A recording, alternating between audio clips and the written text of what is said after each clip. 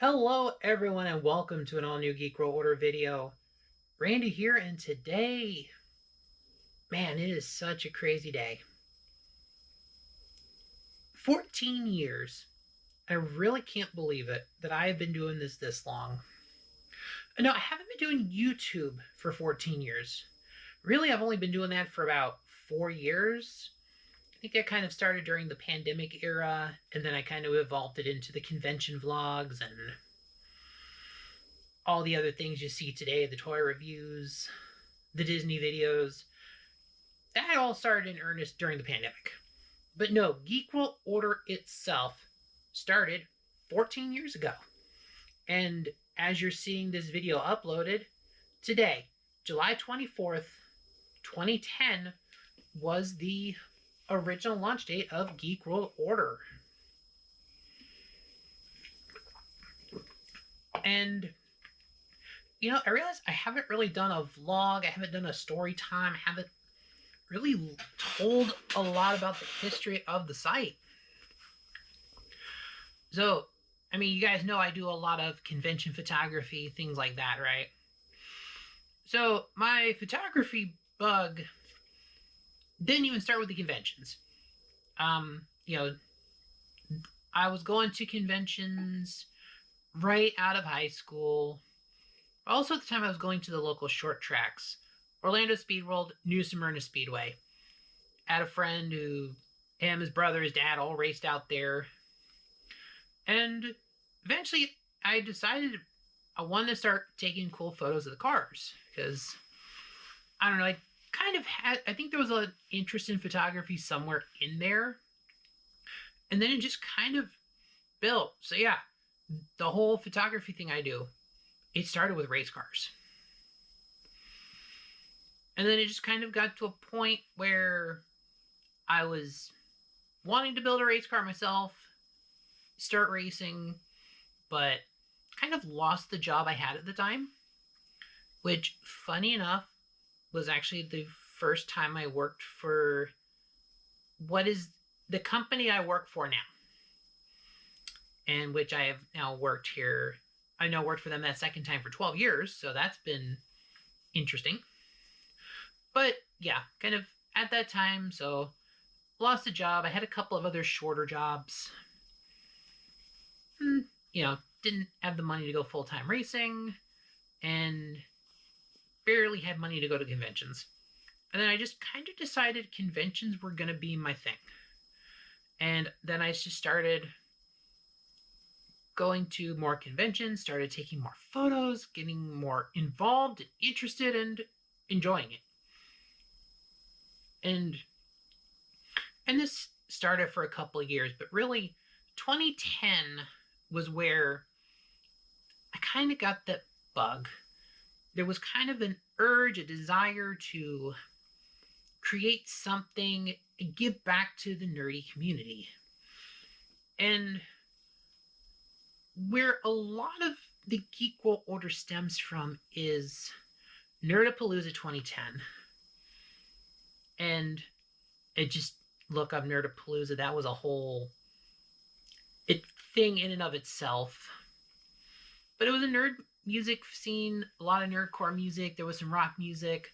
I'd gotten recently involved with the band Sci-Fried. I started hearing of groups like Mark with a C, Random Encounter. I always gravitated more towards the rock acts over the hip-hop stuff. But Nerdapalooza was just this massive gathering of nerds and geeks that was so unapologetic. And it was really that weekend, and conversations I had with Dr. Vern of Sci-Fried, they just put the idea in there that I wanted to do a website. Now, of course, I had to figure out how to do it. So eventually I did get web hosting. I learned WordPress, which is still a platform I'm on 14 years later. Got real dedicated hosting, and away we went. And, in the beginning days, there was a lot of, there was news, there was, written reviews, comics, things like that. Like I said, a lot of the stuff I do now really within the last 4 years. So it has really evolved and grown and taken on its own life in the content I create.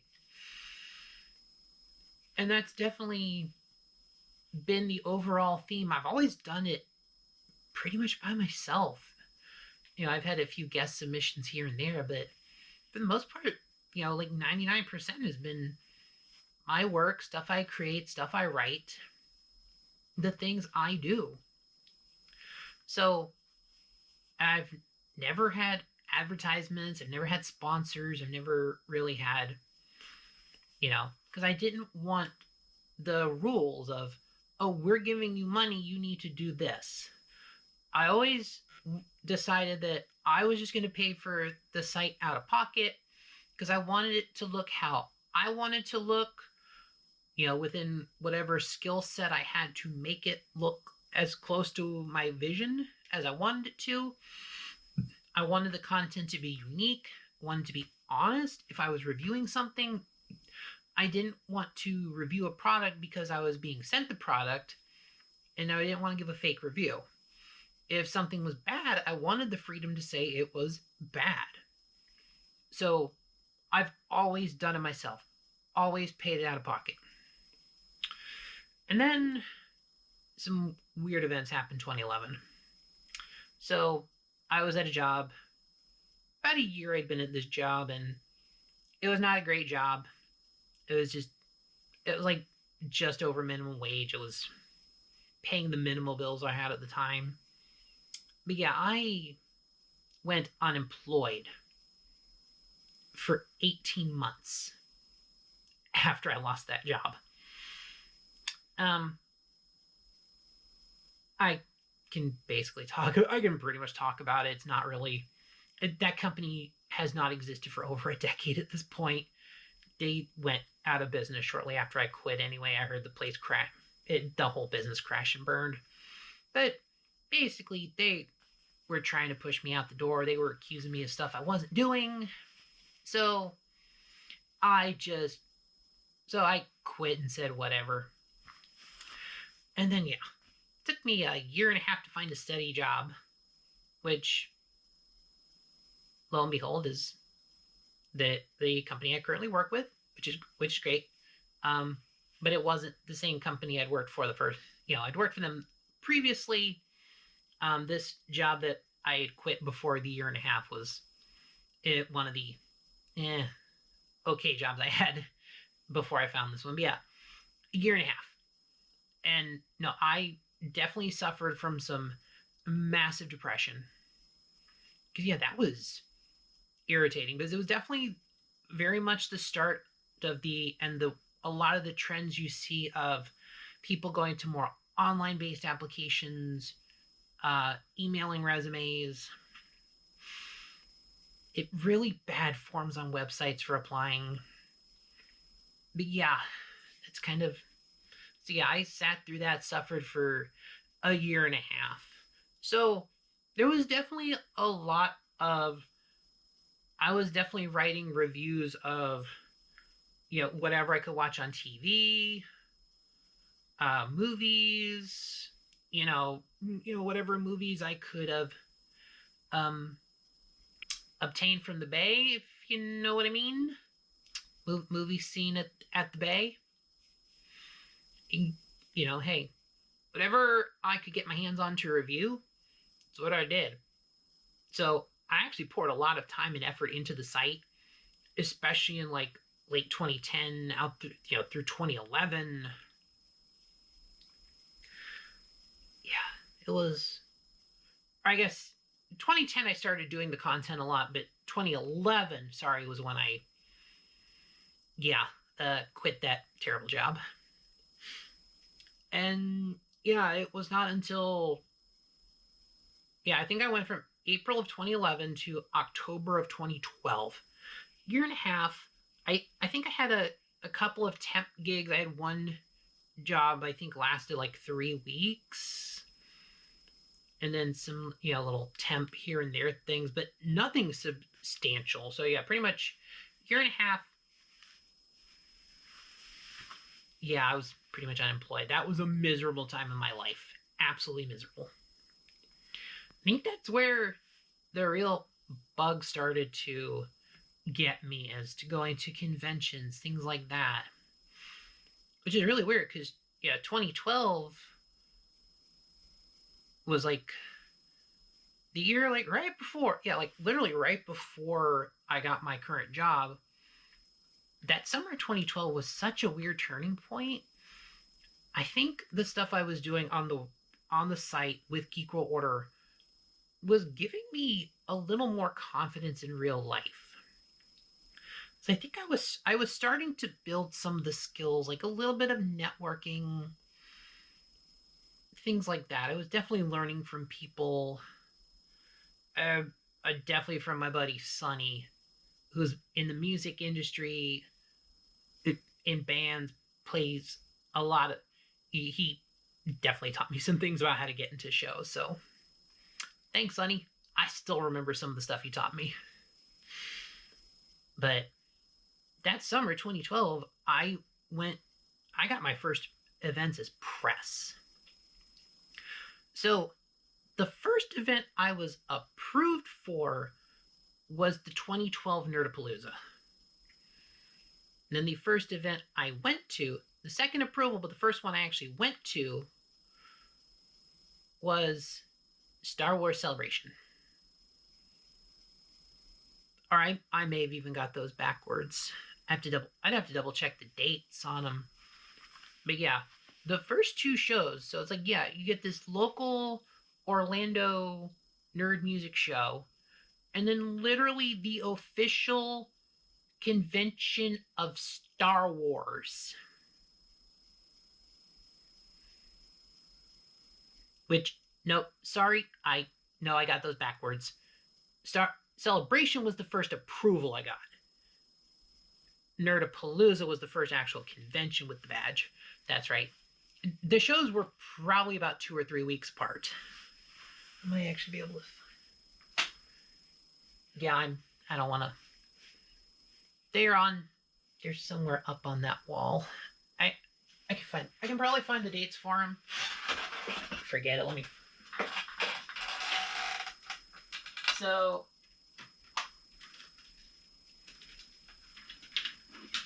Here, listen. Okay, never mind. The badges don't actually have the dates on them. So, I'm just going to forget that.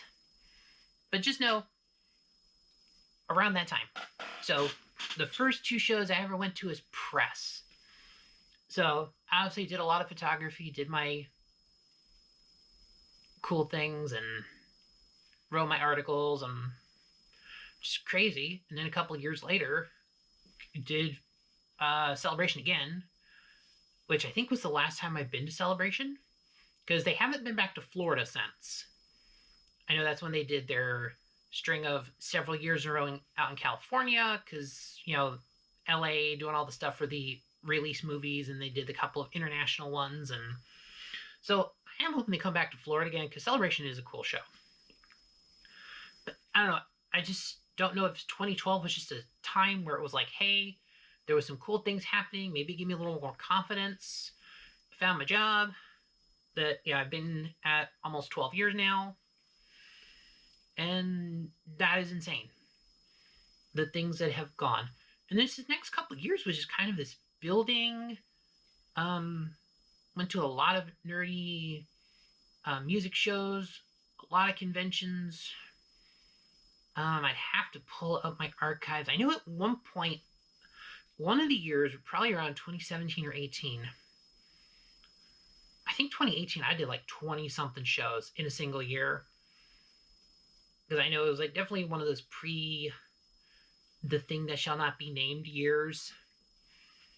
I'm not sure I've hit double-digit shows since, you know, the whole panorama happened. But I am working on that. Hopefully, 2024 has had a few issues come up, but I'm hoping 2025, maybe I can get back to double-digit shows. So we'll see what happens there. But it was just this whole thing of things that happened. And I've met so many great people, so many cool things. Being an official staff photographer for stuff like Orlando Nerd Fest, getting to meet like the legendary Nobuo Uematsu, the amazing video game music producer, and just awesome moments, being a part of countless awesome photo shoots, going to Dragon Con. And literally, the first time I went to Dragon Con was because I got a press pass.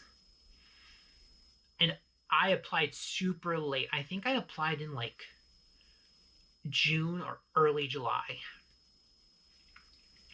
So, yeah, tells you how short of a. I still don't know how I made it happen. I literally don't, because it was just. I don't know. That was. It's like I got the press approval. It's like, okay, that's a big part of the cost. Figure out ways to do it cheap. Figured out the transportation. Somehow got into a group. I think I just wound up in a room that someone backed out, and someone in the Dragon Con room group was like, hey, I need a last minute replacement. And to be fair, I have been in that same hotel room at Dragon Con every year I've gone to Dragon Con now, and I will be in that same hotel when I am there in about 6 weeks or so. So it's just the stuff I've done over the last 14 years has been amazing. And it's like everything I do here, I can kind of transfer it over to other aspects of my life. This is where I've learned more about networking and dealing with personalities and some other things. And it's just so awesome to still be in this community doing what I'm doing after 14 years. It's still insane. And that was kind of where I was thinking. I'm just putting out these videos this week, talking, doing all this bonus content. It just kind of hit me that I've really only been doing the YouTube thing for about, in earnest, 4 years. And I know the channel goes back a while. Maybe there'd be like a set from a nerdy music show and things like that. I think I have a couple of like really old Loot Crate boxings from like when they first came out. And then it just kind of trickled into just kind of an evolving platform of content. I was starting to do things starting to do more things in a couple of years, definitely from like 2017 or so forward. And in 2020, I just kind of hit the regular, consistent content. And, last year was the first year I had at least one video out every single week, nonstop. Most weeks I had two. This year so far, I think I've hit 2 videos a week consistently. So we're growing the audience. We're growing the thing, I'm doing content that I can do very quickly, very easily, because it's still me and myself against the world. I'm still doing it on my terms, how I want to do it. So when there is, a boom of content, it's me, I'm doing it. When there's lulls, it's just me, I'm one person, things happen. Sometimes I gotta do more toy reviews because I can bang a bunch of those out in pre-scheduled videos. So sometimes I gotta on the fly, adjust, do things, but I make it work. It's really where I want to be this next year, is just, keep consistent with the content.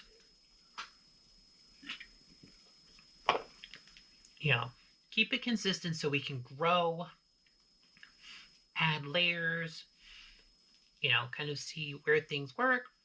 Maybe I'll go back to doing more written reviews, more comic books. I haven't kind of been in and out on comic books lately, and over the last few years, that goes in cycles. So, yes, a lot of the content on the website is going to be dependent on what I'm into at the time. If there's more convention stuff, it's because I'm going to more conventions. If there's more stuff about TV shows, it's because I'm more focused on TV shows. And that's really where I'm going to keep living the journey, keep doing the thing, and just making content based on the stuff I like. Whether it's written on the site, photography, more vlog content. We're going to adapt. I'm going to, experiment, do things, see what works. But overall, I'm still very happy that I've been able to do this on my terms with whatever resources I'm able to do and utilize. And it's, hey, I figured out myself. It succeeds on me. It fails on me. I'm in control. No ads. No nothing. We're just a geeky culture. Because this is truly a Geek World Order taken at no one's expense. It's me. I do it. And I am proud to have been doing it for 14 years. So, guys, there you go. There's a little bit of the history of the site, the overall Geek World Order. If you're watching this on YouTube, you may not know some of the history of the site, where the site came from. So I definitely thought, hey, definitely, especially with it being the site's anniversary, let's talk about it. Let's give you some of the history, some of the background. And I am just looking forward to many more years to come and continuing this journey of geekiness. Because, yeah, we ain't stopping now. But that'll do it, guys. Thank you for watching this video. Please leave a comment. Thank you for watching. Please subscribe to the channel, like the video. Just all those things help the algorithm, and I will see you all in the next one.